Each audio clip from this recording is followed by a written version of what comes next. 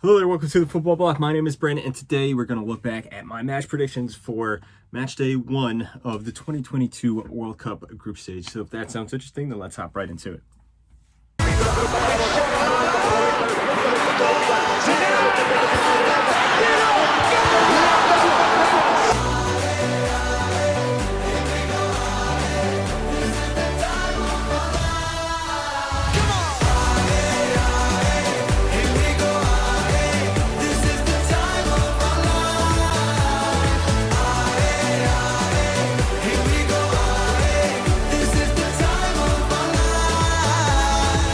So match day 1 of the 2022 World Cup has come to a close.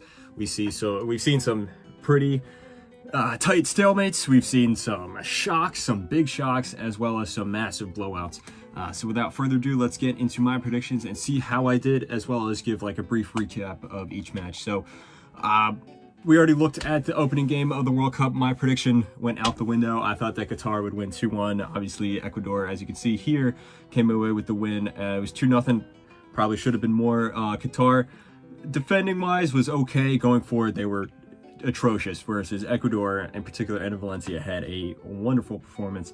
Move on to the next day, and we had England versus Iran. Now, this game was interesting because Iran is a good team. This scoreline does not reflect Iran's skill, and I, going into this game, knew that England was going to win, but I thought it would be very close. I said England would win 1-0, and as you can see here, it was a lot more than 1-0. Obviously, with the context of the the Iranian team, there's a lot of political controversy going on back at home. It's my theory. There's obviously no evidence to base this on, that some of the Iranian players may have purposely thrown the game as an insult to the government or whatever, because the way they played was really bad. Like, I've never seen this Iranian team play this bad. It's a possibility that maybe they didn't intentionally throw the game, but maybe because of all the political controversy going on back home, there's a disagreement in the locker room, or they're just not fully mentally there, which is also possible, which maybe is more likely possible or whatever. But yeah, I don't think that this game reflects Iran's true quality. Later that day, we had Senegal versus Netherlands. Now, this game, I called correctly. I said that Netherlands would win 2-0. It'd be kind of close, but Netherlands would come out on top, and that's exactly what happened. If I'm being honest, I think the Netherlands was maybe a little disappointing, actually, because they took their chances well in the second half, but particularly in the first half, and even the beginning of the second half, Senegal, while not dominating, looked slightly the better team. But it's a shame because, obviously, Senegal has no Mane, and Senegal did have a few chances, and if Mane was there on the end of those chances, maybe the scoreline would be different. Then we have my team. We got the USA versus Wales, and I said that Wales would ultimately lose this game 2-1 to the US. I said it would be pretty close, like not a convincing victory, and that almost happened. That was very close because I thought the US was by far the better team for the first maybe 70 minutes. I thought we dominated. We looked really fiery. We looked, just so determined. I was happy to see his team. Now, there were some, things that I disagreed with, like Gio Reyna didn't play. Brendan Aronson came in a little too late in the match. But Tim Weah, a guy that I think is a wonderful player. Sometimes I feel he's a little underrated. He shut up the haters. He scored, did his dad some justice. Wales, on the other hand, in the last 15 minutes, they, pushed forward, and then Bale, one of my least favorite players because he always scores against every team that I support, came out of nowhere. He did absolutely nothing the entire game, but then stepped up and scored the penalty. And Bale is one of the most clutch players of all time, and this game proves it. Now, the U.S. is in not the best situation, but it's, it's not crisis mode, so, who knows what's going on from there. Then we have the biggest shock of the tournament so far, Saudi Arabia versus Argentina. Saudi Arabia coming out on top, 2-1. And I did a whole video on this before, so I'm not going to go that much in depth, but I think that Argentina ultimately didn't play bad. I thought that, sometimes this just happens in football. It's a freak result. Now, obviously, they weren't perfect, and credit to Saudi Arabia, but, I don't think this is, crisis mode, absolute crisis mode for Argentina. They can pick up the slack. Then we have Denmark versus Tunisia here, and this game finished 0-0. We got goose eggs on the scoreboard. And, this will be a recurring theme we'll see throughout here. I thought that this game was just so incredibly boring. This game was, my prediction for this match was that Denmark would come out of the gate flying and crush Tunisia 5-0. That obviously did not happen at all. This was probably my worst prediction of this video, because, you know, Tunisia, I thought, actually, for a majority of the match, were probably the better team. They defended well, they were very resolute, very solid at the back, and Denmark just couldn't get going. They had a few chances there at the end. They had a corner that probably should have gone in. It bounced off the post, but even still, that wasn't like a clear-cut chance. It was kind of just a lucky deflection off the ball going into the box. And, you know, Denmark, I think they lack a clear goal scorer, and to be honest, you know, if they don't find a way to score goals, it's going to be pretty tough for them to go as far as I think they would, or as I predicted that they would. So next up, we have Mexico versus Poland. And this game, I think, actually went pretty close to my prediction. I said that Mexico would tie Poland 2-2. Now, obviously, they didn't tie 2-2, but they still tied. It was 0-0. I thought, and actually, both these teams were slightly disappointing. Just like the Denmark-Tunisia game, this game was kind of boring, if I'm being honest. And you know, there was one very interesting moment, and that's when Poland got a penalty slightly against a run of play. You can argue Lewandowski stepped up to score his first ever World Cup goal, and guess who showed up to stop him? Memo Ochoa, the guy who goes into a 4-year slumber and then comes out every World Cup to save Mexico. Next, we go on to this game, France versus Australia. My prediction was that France would win 2-1. I thought it was going to be close, but ultimately France would come out on top. And that's how the first half was. Actually, exactly that way, because, you know, Australia came out of the gate swinging. They took the lead, deservedly so. France was not looking that good.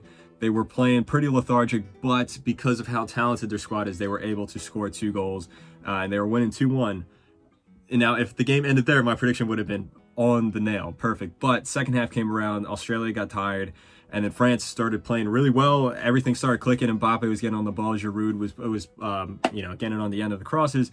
France comes away with a 4-1 win, pretty convincing, especially if you look at the second half. The next day we have Morocco versus Croatia, yet another boring 0-0 draw. In my prediction here, I said that Croatia would win 2-1. Obviously, they weren't able to break the deadlock. It was pretty close. You know, I don't really think you can take much away from this game, if I'm being perfectly honest. I thought both teams were just lackluster. Next, we had the second biggest shock of the tournament. We have Germany versus Japan. Japan coming out on top. And this game was really interesting because, you know, I thought that Germany looked good in the first half. Not great. I thought they looked good. They scored, a penalty, and then they had another goal that was chalked off for offside. And then even into the second half, they scored another goal that was chalked off for offside. But even then, you know, I as kind of lackluster as Germany was, I thought that there was no chance for Japan. But into like the 70th minute, Japan just clicked. They made some substitutions. And then they started picking apart Germany. And, you know, I thought Germany maybe got caught sleeping. They weren't really expecting Japan to play this good, and Japan come out 2-1 winners. As for my prediction, I thought that Japan would lose 1-0. I did say that Japan could make an upset, but ultimately I decided against it, which was unwise on my part. I feel like I should have, you know, predicted this, because I always predict a bold prediction, and I even said to my friends that I think one of these Asian teams is going to make a big shock. I think one of these Asian teams is going to upset someone. And, you know, I guess I was right in the fact that, you know, we have Germany losing here to Japan, and then Argentina losing to Saudi Arabia as well. But ultimately, I did not side with my gut feeling, which I should have. Next, we have the biggest blowout so far, Spain versus Costa Rica. Spain running out 7-0 winners, one of the most one-sided and dominant performances that I have ever seen at a World Cup. Spain looked amazing. They looked so good. The way their midfield completely dominated the game. They didn't really even have a striker until Alvaro Morata came on in the second half, yet they were able to score 7 goals, and only one of them was scored by Morata. Costa Rica, on the other hand, it's such a shame to see this team fall from grace. This was, you know, essentially the same team that made it to the 2014 World Cup quarterfinals, because it's the same crop of players pretty much, but obviously they are much older now, and they looked awful in this game. It's very sad to see this team fall this low. But credit to Spain for how masterful of a performance that was. Next, we have Belgium versus Canada, and this game got me so angry because my prediction, I said that Canada would tie Belgium 1-1, and that was so close to actually being a reality. And in my opinion, Canada played so well. I thought that they deserved the win.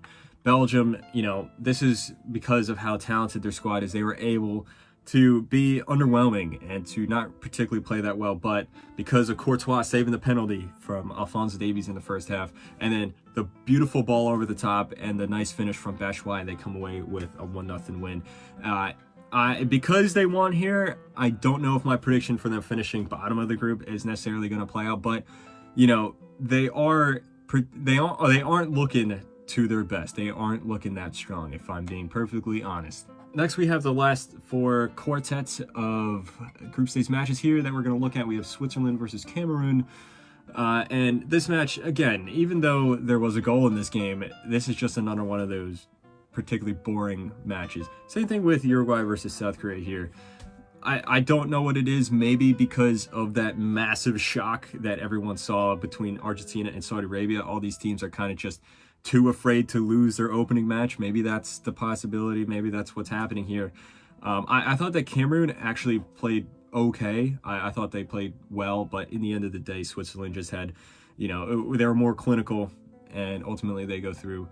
Briel Mbolo, I thought, was pretty good in this game. Now, my prediction for this game, I said that Switzerland would win 3-2. Obviously, they did win by a 1-goal deficit, but there was nowhere near that many goals in this match. This match was a weird match because it's hard to say who was better. I think that Uruguay was ultimately better.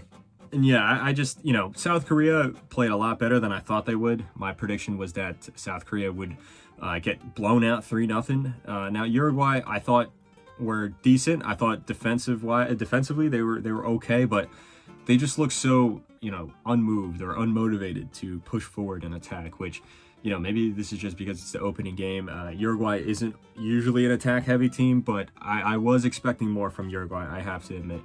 Then we have these last 2 games, and, you know, if the opening 2 games of this day were boring, these 2 games certainly made up for it. These were 2 wonderful World Cup classics. And also, both of my predictions were exactly correct. I said that Portugal would beat Ghana 3-2. That's ultimately what happened. I thought that Portugal were the better team. They were very talented. I thought there was moments of the game where they looked really, really good. But, you know, typical of Portugal, they make a few defensive mistakes. They let in a few goals. It's not a, you know, a completely dominant performance. In Ghana, I think there was a huge talent gap there, but credit to them. They tried hard. They didn't roll up. They didn't roll over and give up. And then we have Brazil versus Serbia, kind of a similar story here. I said that Brazil would win 2-0. They end up winning 2-0, a repeat score of their matchup from the 2018 World Cup group stage. You know, I thought Brazil played well. I thought defensively Brazil was near perfect. Going forward, you know, I don't think it's perfect. They looked a little rusty. But at the end of the day, Richarlison scored 2 goals. That second goal so far is the goal of the tournament. That was a beautiful, beautiful scissors kick he had there. And yeah, ultimately, I think out of all these teams, you know, Brazil's probably looking the strongest. You know, again, not perfect, but out of all these teams, I think Brazil's probably looking the strongest. I mean, Spain played amazing, but you also have to say, okay, Costa Rica also played awful. Similar story with France, not to mention that France was disappointing in the first half. Same thing with England. Obviously, you know, it was crazy to see England score 6 goals, but as I said before, I'm not sure if Iran was mentally there. So anyway, guys, that has been my reaction to my predictions as well as all the games from Matchday 1 of the 2022 World Cup group stage. Let me know what you think. Let me know what your predictions look like. Did you get anything massively right? Did you get anything crazily wrong or something like that? Let me know in the comments below. Don't forget to like, comment, and subscribe. Share this video with a friend. Anyway, guys, my name is Brandon. This has been the Football Bloc. Hope you guys have a nice rest of your night.